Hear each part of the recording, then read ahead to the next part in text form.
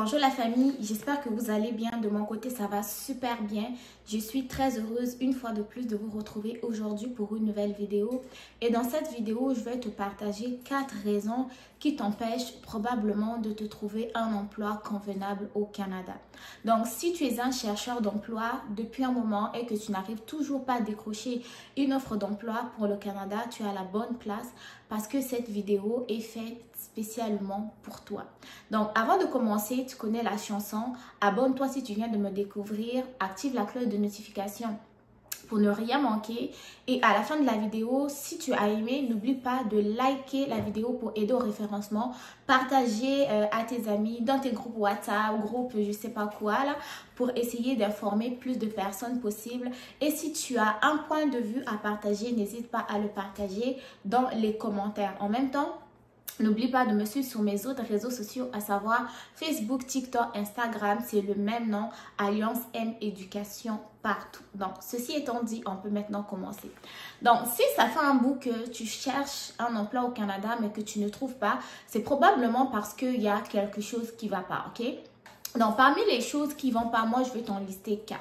La première chose qui pourrait pas fonctionner pour toi, c'est probablement parce que tu postules sur des offres d'emploi pour lesquelles tu n'as aucune expérience de travail ni formation requise, ok?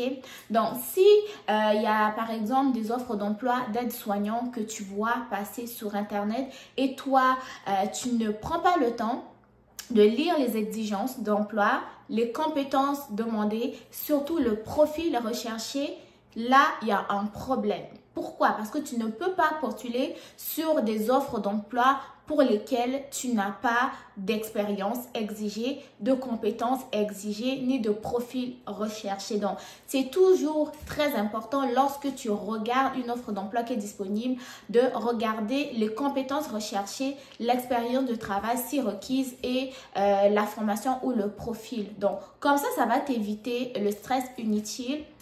À savoir, est-ce que si je postule, ils vont m'appeler, ils vont pas m'appeler, pourquoi ils m'ont pas appelé, pourquoi ils ont appelé tel, pourquoi pas moi, ok? Donc, au moment où tu t'assures de postuler sur une offre d'emploi qui te correspond, qui correspond à ton profil, aux compétences que tu possèdes et aux expériences de travail que tu as, là, tu es plus sûr de pouvoir décrocher une entrevue, pourquoi pas plus tard, entamer les démarches et te retrouver ici au Canada. Donc, c'est très important de postuler sur les offres d'emploi pour lesquelles vous avez de l'expérience, compétences, profil si requis. Cependant, si c'est une offre d'emploi pour laquelle on n'a pas exigé d'expérience ni de compétences spécifiques, là, vous pouvez postuler. Mais là, au moins, vous êtes sûr que vous remplissez les critères demandés pour cette offre d'emploi-là. Ok? Maintenant, si on vous appelle, tant mieux. Si on ne vous appelle pas, ben là, vous serez moins anxieux à savoir est-ce que je suis bon, je ne suis pas assez bon. Mais vous allez être rassuré que vous avez postulé sur une offre d'emploi qui correspondait à votre profil. Ok? Donc, ça, c'est très important. Deuxième raison qui pourrait faire que vous n'arrivez pas à trouver une offre d'emploi au Canada, bah, c'est simplement parce que vous vous contentez de guichet emploi.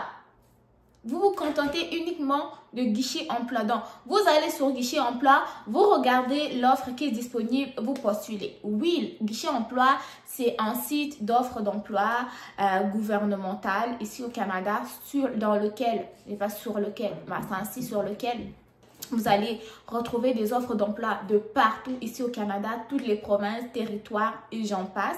Mais il n'y a pas que guichet emploi. Il y a Emploi Québec. Même si Emploi Québec, c'est spécifiquement pour la province du Québec, là aussi, vous pourrez avoir des possibilités de trouver des offres d'emploi sur Emploi Québec. En dehors de Emploi Québec, il y a des sites comme Indeed aussi. Il y a des sites comme Monster, des sites comme Job Illico. Cependant, lorsque vous allez rechercher des offres d'emploi, rassurez-vous qu'ils cherchent des candidats de l'international. La plupart du temps, sur Guichet Emploi, ils vont le spécifier ou sur Emploi Québec, ils vont le spécifier.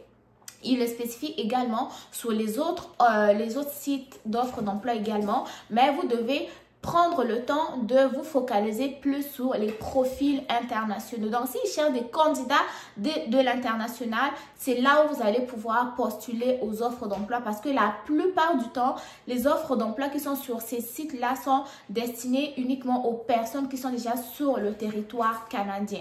Il y a des postes pour les candidats de l'international, mais vous devez prendre le temps de chercher comme il faut. Et quand on cherche une offre d'emploi, on doit avoir du temps nécessaire pour mieux vraiment filtrer les offres et voir celui qui correspond à notre description. Donc, deuxième raison, s'assurer d'aller vérifier les autres sites d'offres d'emploi, ne pas se limiter à un seul site. Ok, donc diversifier vos recherches aussi. Troisième raison pourrait être aussi le fait de ne pas avoir un CV ni une lettre de motivation adéquate. Pourquoi? Parce que vous savez qu'au Canada, les normes des CV sont différentes. C'est très différent des normes françaises et la plupart des abonnés qui me regardent proviennent des pays francophones. Certains d'entre vous qui ont fait appel à mes services pour la rédaction des CV format canadien, j'ai remarqué plusieurs erreurs sur vos CV. Okay? La plupart du temps, vous allez mettre des photos, vous allez mettre des informations dont on n'a pas vraiment besoin, à savoir marié, père de 4 enfants, mettre le nom de votre épouse. Il y a d'autres même qui vont juste à dire fils de un tel et d'un tel. Yo, on n'a pas besoin de mettre notre arbre généalogique sur notre CV. Limitez-vous aux informations nécessaires, ok? Ayez un CV épuré. Donc, qu'est-ce qu'on doit retrouver sur un CV format canadien? Un CV format canadien, je tiens à préciser que c'est pas un CV extraordinaire plus que les autres CV des autres pays et tout, mais c'est juste un CV sur lequel on trouve des informations pertinentes. Tout ce que le recruteur ou l'employeur n'a pas besoin, vous n'avez pas à les mettre. Donc, premièrement, qu'est-ce que vous allez vous assurer de ne pas mettre sur votre CV qui pourrait, je sais pas, ne pas vous donner plus de chances de trouver un emploi. Parce que oui, un CV rédigé n'importe comment, ça peut vous faire perdre des chances d'être recruté. Donc, sur votre CV, qu'est-ce que vous allez faire? Évitez de mettre une photo, on ne vous a rien demandé. Votre situation matrimoniale, marié, père de tant d'enfants, époux ou épouse de monsieur un tel, on ne vous l'a pas demandé. Votre arbre généalogique, là, vous m'arrêtez ça tout de suite. Donc, je veux retrouver quoi? Vos informations d'identification, votre nom, prénom, ok? La date de naissance même, on ne vous a pas demandé non plus. Nom, prénom, adresse domicile, adresse courriel pour qu'ils puissent vous acheminer du courrier ou des documents PDF si besoin, et aussi un numéro de téléphone pour qu'on puisse vous joindre. Ensuite de ça, vous assurez de mettre la formation que vous avez effectuée. Vous mettez vos compétences professionnelles, vos expériences de travail, vos loisirs, intérêts ou hobbies. Ok, c'est très simple. Excusez-moi pour le bruit. Il y a mon chat qui est en train de jouer derrière moi. Il me suit partout. Donc, vous vous assurez de mettre vraiment le minimum d'informations nécessaires sur le CV. Je répète, vous mettez vos informations d'identification, nom, prénom, adresse, courriel, adresse du domicile, numéro de téléphone. Vous pouvez mettre même un profil, description sommaire de votre profil. Vous mettez les compétences, les expériences de travail, vos formations, loisirs, intérêts, hobbies ou voilà, ok? Si vous avez fait du bénévolat aussi, vous pourrez le mettre sur votre CV. Donc là, ça fait un CV vraiment plus épuré sur lequel on retrouve des informations pertinent et pas trop d'informations dont on n'a pas vraiment besoin. Si le recruteur ou l'employeur veut apprendre davantage pour vous, le moment idéal de lui déballer toute votre vie si vous le voulez, ça va être au moment de l'entrevue. Mais de grâce, n'essayez pas de raconter votre vie sur votre CV. C'est pas ce dont nous avons besoin. Concernant la lettre de motivation aussi, vous devez faire attention lorsque vous la rédigez. La lettre de motivation ne doit pas être une lettre de motivation générique pour laquelle vous allez utiliser dans plusieurs offres d'emploi ou plusieurs candidatures différentes. Si vous postulez pour le domaine de la restauration, votre lettre de motivation doit être en lien avec l'offre d'emploi pour lequel vous postulez. Si vous postulez dans le domaine de l'enseignement, votre lettre de motivation doit être en phase avec le domaine de l'éducation. Ok, donc la lettre de motivation va avec l'offre d'emploi, ok?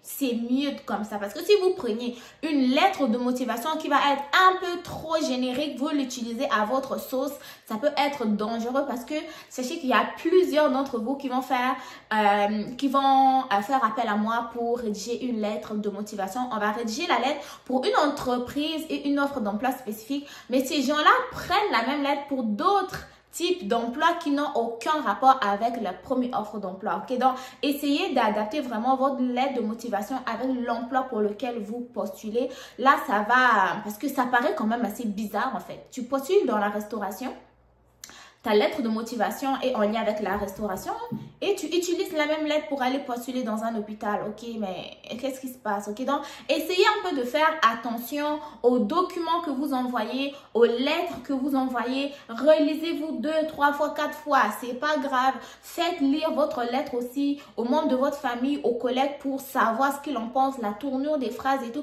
Parce que l'offre d'emploi est disponible, mais sachez que vous n'êtes pas le seul candidat à postuler là-dessus, hein.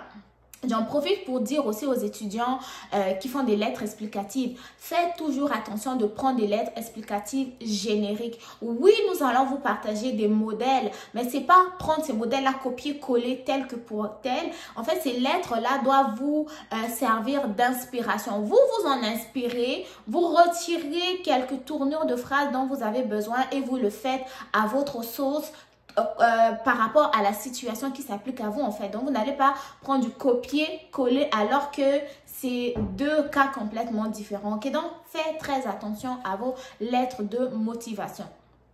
Quatrième raison qui pourrait faire que vous n'arrivez toujours pas à décrocher une offre d'emploi au Canada, c'est que vous avez des lacunes, mais vous ne voulez pas vous faire aider. Ok, vous avez des lacunes, mais vous ne voulez pas vous faire aider en fait. Vous avez postulé vous-même, ça n'a pas marché. Vous avez postulé sur des offres d'emploi, sur guichet, Indeed, Job Illico et j'en passe, ça n'a pas marché. Vous avez fait votre lettre CV de motivation par vous-même. Vous n'êtes pas fait aider à savoir si tout ce qui était écrit, c'était bon. Non, vous continuez de postuler, ça ne fonctionne pas. Mais à un moment donné, il faut que vous vous posez la question, est-ce que j'ai besoin de formation ou j'ai besoin de me faire accompagner dans ma recherche d'offres d'emploi? Est-ce que j'ai besoin d'une formation pour savoir qu'est-ce que je dois faire pour trouver une offre d'emploi par moi-même? Où est-ce que je dois aller chercher? Qu'est-ce que je dois avoir? Comment me préparer à l'entrevue? Ou simplement, est-ce que j'ai besoin de me faire accompagner? Ok, donc pour les besoins de formation, vous savez, les informations sont disponibles sur Internet. Les informations sont disponibles sur le site d'Immigration Canada.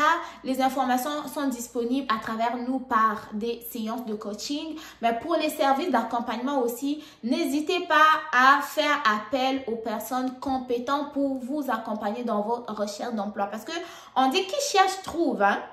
Qui cherche trouve. Parce que si tu as cherché toi-même, tu n'as pas trouvé, peut-être que tu ne cherches pas de la même manière. Tu as besoin d'être accompagné par quelqu'un qui va t'aider dans ta recherche afin de mieux trouver. Donc, selon moi, c'est très important lorsque nous sommes conscients que nous manquons d'informations, nous manquons de formation et si nous avons besoin d'accompagnement, ne pas hésiter à aller chercher cette aide-là dont nous avons besoin afin de mieux réaliser notre projet comme il faut. Donc, dans cette vidéo, c'était ces 4 raisons que je voulais vous partager qui, selon moi, font que vous n'arrivez toujours pas trouver une offre d'emploi au Canada malgré vos 1000 et 1001 recherches. Donc, si vous avez aimé la vidéo, n'oubliez pas de liker. Si vous voulez plus d'informations, plus de contenu dans la recherche d'emploi, n'oubliez pas non plus. N'hésitez pas à vous abonner, à partager la vidéo et on se dit à très bientôt pour une nouvelle vidéo, soit dans le domaine de la recherche d'emploi ou dans le domaine des études. Ok, donc prenez soin de vous et on se dit à très bientôt. Bye bye.